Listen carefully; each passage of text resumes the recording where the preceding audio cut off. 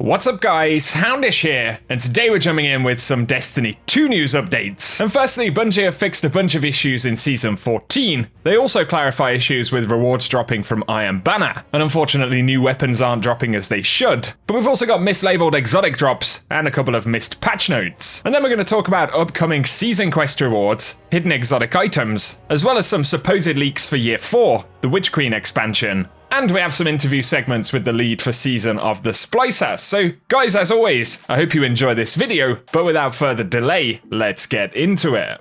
First up, we did get a new patch for the game just yesterday, and importantly, Bungie fixed an issue where Bleak Watcher could allow players to continue using Winter's Wrath even after running out of super energy, and so the Bleak Watcher aspect has now been re-enabled. Additionally, they fixed a problem where the Deepstone Crypt activity node was advertising the weekly challenge providing a pinnacle drop instead of a powerful drop, and apparently it is intended to just be a powerful drop. And then a curious one right here, they removed Vex Oracles and a Minotaur which were spawned at the end of the Kingship Dockalos sector on the Tangled Shore. And this was the mysterious set of oracles that were spawning at the end of the Lost Sector. And so players wonder, is this a piece of content that was showing up early, or was it completely random? It certainly appeared to have been developed for that space, so it is possible it's something that was showing up early and shouldn't be there yet, although we'll have to wait and see. And then on the subject of the Iron Banner, Bungie tweeted and said they're investigating an issue where the Archon's Thunder Machine Gun and Reeswalker Shotgun can't be acquired from Lord Saladin, Iron Engrams, bounties or post-match rewards. And currently these weapons may only be acquired from the Iron-Handed Diplomacy quest. And of course that's limiting the potential roles we can get on those weapons, and it'll possibly be the case that we have to wait for the next Iron Banner before they're dropping as intended across different reward sources. So pretty unfortunate one there because they are pretty cool weapons. Additionally though,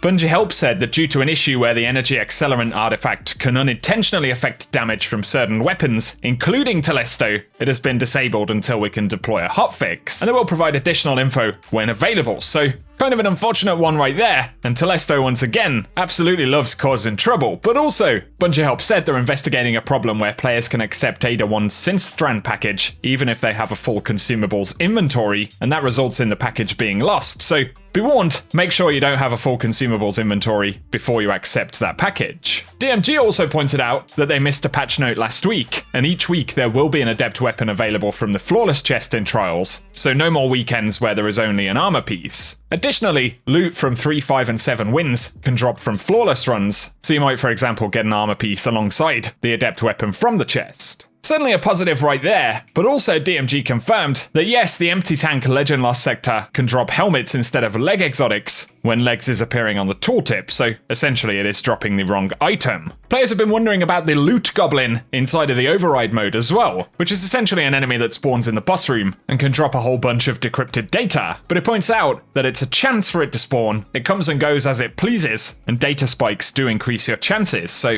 good luck hunting him down in Override. And then finally right here, Cosmo confirmed that Presage should be dropping pinnacle rewards right now, and they're looking into getting that fixed. So a few bits of clarification on some of those issues there from Bungie. Now though, let's speak about upcoming exotics that we're going to get via some of the seasonal content. Just thought they were worth pointing out, but there is the Zero Nero shell, pretty interesting looking one right there, and this one is going to drop from completing Expunge Delphi without dying, so there are going to be different versions of the Expunge mission. And so essentially there is a flawless reward for that one, but also we are going to get access to a hidden exotic ship called Forbidden Memory, and this one will drop from the 8th path of the Splicer quest, where the final step will be to speak to Mithrax through the Splicer servitor, and we'll get this pretty cool Fallen themed exotic ship, so looking forward to getting that one in a few weeks' time. Of course, following the second Splicer quest this week, we did get some dialogue from Osiris, Same14 and Mithrax, where they argue about supplies being given to the Fallen. It is a pretty neat story thread, and in case you missed any of the dialogue, here it is. We have already surrendered too much.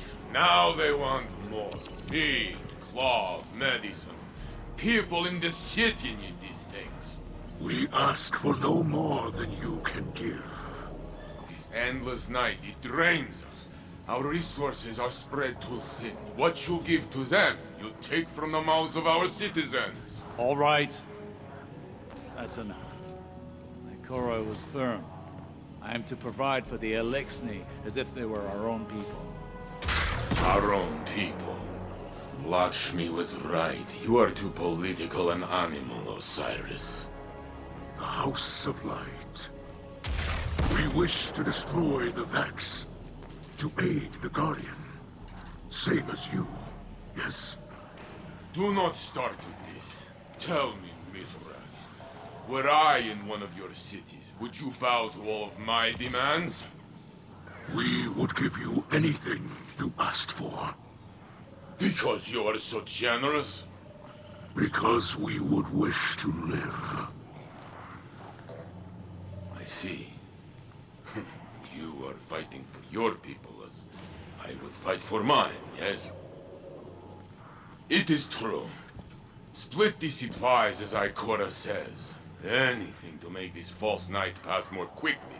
And here, let's speak about a few leaks that players have been discussing, which supposedly were originally posted around late April, as far as anybody knows. So this info was shared on Discord before Season of the Splicer was revealed, yet it contains a lot of correct info about Season 14, although it also refers to the Hawkmoon quest and content from Season 13, so if it is real, it actually appears to originally have been posted as early as Season 12, but not necessarily shared to the public. Of course, it's a leak, so we've got to take it with a pinch of salt, or quite a few pinches of salt. However, the details are pretty interesting because of the info, which now does appear to be correct. And so there is some evidence that there could be a legitimate source, and the original image from the document was summarized by Astralegus on Reddit, so the start of the list has changes for Season 12 and 13, such as the new armor for Trials of Osiris, the Zavala and Osiris cutscene from Season of the Chosen, and a few other things. But for new info, supposedly we are going to see a new stasis aspect and 4 fragments every season up to Witch Queen in 2022. It lists Season 15 starting at the end of August, as well as a new dungeon at some point this year. And then for Witch Queen spoilers, apparently Savathun is not going to be the final boss of the raid, nor Xivu Arath or Quiria, but also Aramis will supposedly return at some point soon. And of course players recognize that Aramis didn't appear to actually die at the end of the Beyond Light story. Also, supposedly for Witch Queen in Year 4,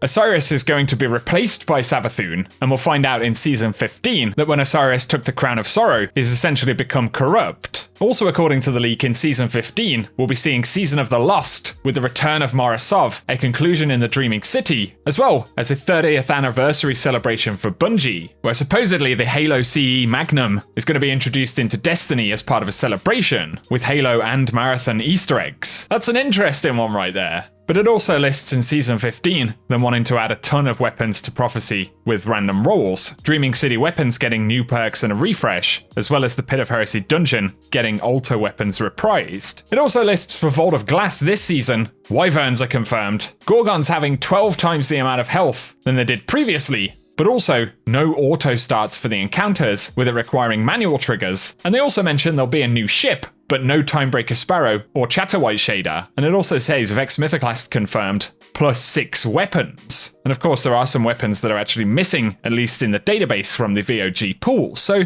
considering that it was posted once again before Season 14, as far as anyone knows, there's a lot of correct info about content this season, and again, means there could be a legitimate source for this leak. And the earliest point that we'll really tell, I guess now, would be in Season 15, where apparently Dreaming City will once again be a focus, with a return of Morro in some form or another. If we happen to see that when Season 15 is revealed, then of course that would pretty much be a confirmation that this information is correct, or at least was correct quite a few weeks ago. And so give us your thoughts about it down below. And as always with leaks, it'll be interesting to see how much of it turns out to be true.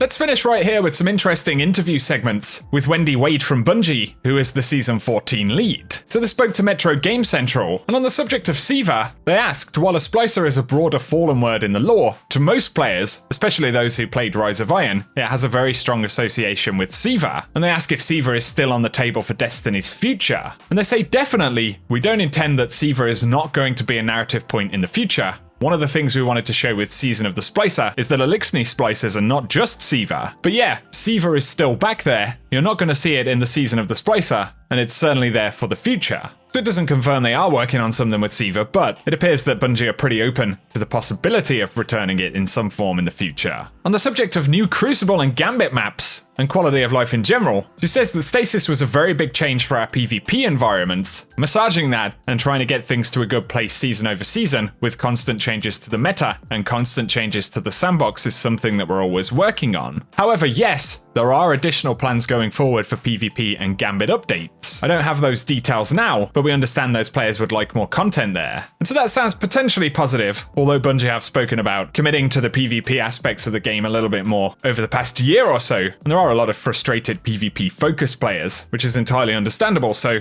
hopefully we will see those changes actually come to fruition. They also ask about 12-player activities following some of the glitches we saw last season, and they recognise that players really enjoy that, but say it's not something we can do in the short term for technical reasons. There are bad things that can happen when you do that right now in Destiny, but we're definitely paying attention. It was very, very popular, so I wouldn't rule it out as something you might see in the future. Obviously with things like crossplay, variations on different hardware, and of course Destiny's networking, it makes sense that there are a few challenges to overcome, but like a lot of players, I would absolutely love to see some 12-player intended content in Destiny, and I'd be curious to get any of your thoughts about that down below as well. But for today, guys, that's what we have to round up inside of this video. So once again, give us any of your thoughts on what we've spoken about in the comments section down below. And if you've enjoyed the video, a rating below also very much helps us out on the channel. Feel free to get subscribed right here as well, as I'll be keeping you posted with more Destiny content over the next few weeks. But otherwise for today, I appreciate you tuning in, and I'll catch you all